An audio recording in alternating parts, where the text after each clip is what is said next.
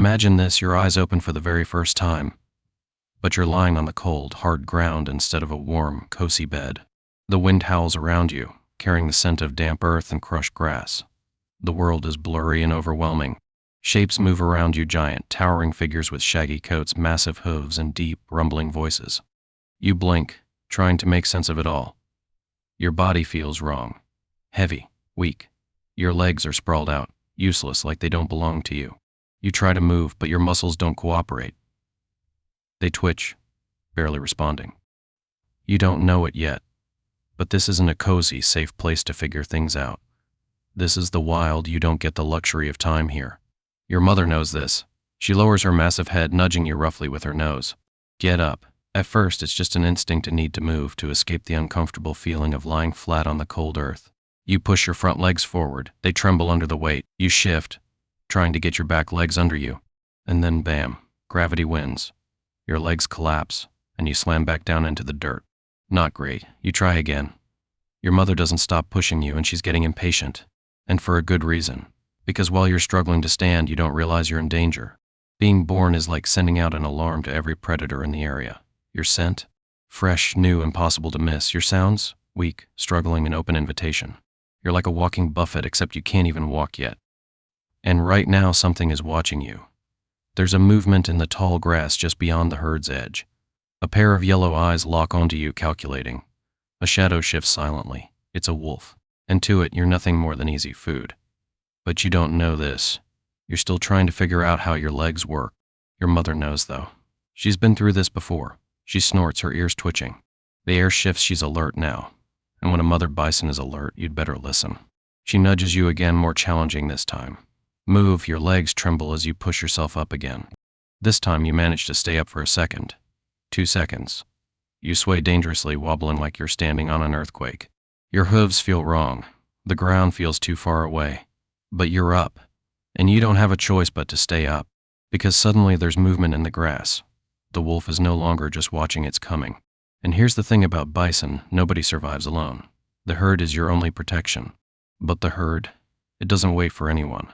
The moment you're on your feet, the herd starts moving. Slow, steady, but always moving. You don't realize it yet, but if you fall behind, you die. You take a step, your legs wobble dangerously, another step. Your hooves slide awkwardly across the damp ground. Your mother keeps moving. She won't stop for you. Because if she does, she's in danger too. The herd is everything. The herd is life. And if you don't keep up, you're dead. You manage to walk. It's slow. It's exhausting. Your body screams in protest, but you move because you have no choice. But you're still small. You're still weak. And predators know it. The wolf is still there. And it's not alone anymore. A second one is joined. Then, a third. A pack. Wolves are patient. They're waiting for the right moment. The herd is too strong now, too close together. But they know that won't last. Because eventually, someone will fall behind. And right now that someone is you. You keep walking. You trip over a rock. You stumble into another bison's side. Your legs burn. The herd keeps moving. The wolves keep waiting. And just when they think you're too weak, just when they think you're about to collapse, boom. Your mother and a few other bison turn toward the wolves.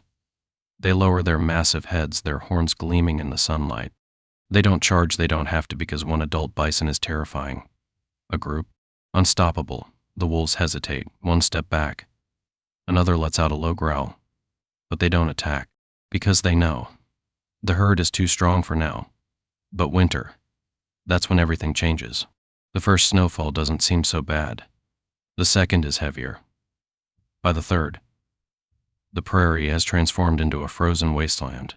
The once green grass is buried under thick layers of snow. The rivers are frozen. The wind is relentless, cutting through your fur like an icy knife. And food? Food is a nightmare. You're hungry but don't know how to dig through the ice yet. You're still too small, too weak. So you wait. The older bison smash their heads against the ice, breaking through it to reach the dried grass underneath. If you're lucky, they leave enough behind for you to eat. If not, you starve. And wolves? Oh, they don't take winters off. They thrive in the cold. They grow more vigorous while you grow weaker. And one of the younger bison in the herd, one struggling just like you, collapses one day. The herd does not stop. The wolves, they do. Because out here, the weak don't survive. You've beaten the odds if you make it through your first winter. Your legs are more muscular now. Your coat is thicker. Your muscles don't burn with every step. And one day you hear the wolves again. But this time, you don't run. You turn. You lower your head. Because now, you are strong enough to fight. You've survived the predators. You've endured the blizzards. You've faced starvation. And now, you're ready to protect the next generation. Because one day, you'll have a calf of your own. And when that calf collapses in the dirt, struggling to stand, you'll be nudging and pushing them forward because the herd doesn't stop. Because out here, only the strong survive. So yeah, being born as a bison, it sucks. But you were built for this. Could you survive as a bison? Let me know in the comments. And hey, if you love deep dives into the struggles of wild animals, don't forget to like, subscribe, and add to that bell. See you in the next one.